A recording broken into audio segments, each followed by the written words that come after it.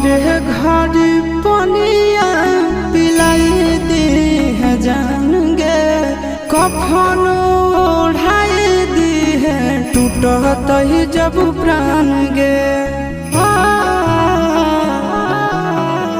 मरे घर पनिया पिलाई दी है जान गे, कफन ओढ़ाई दी है टूटत ही जब प्राण गे।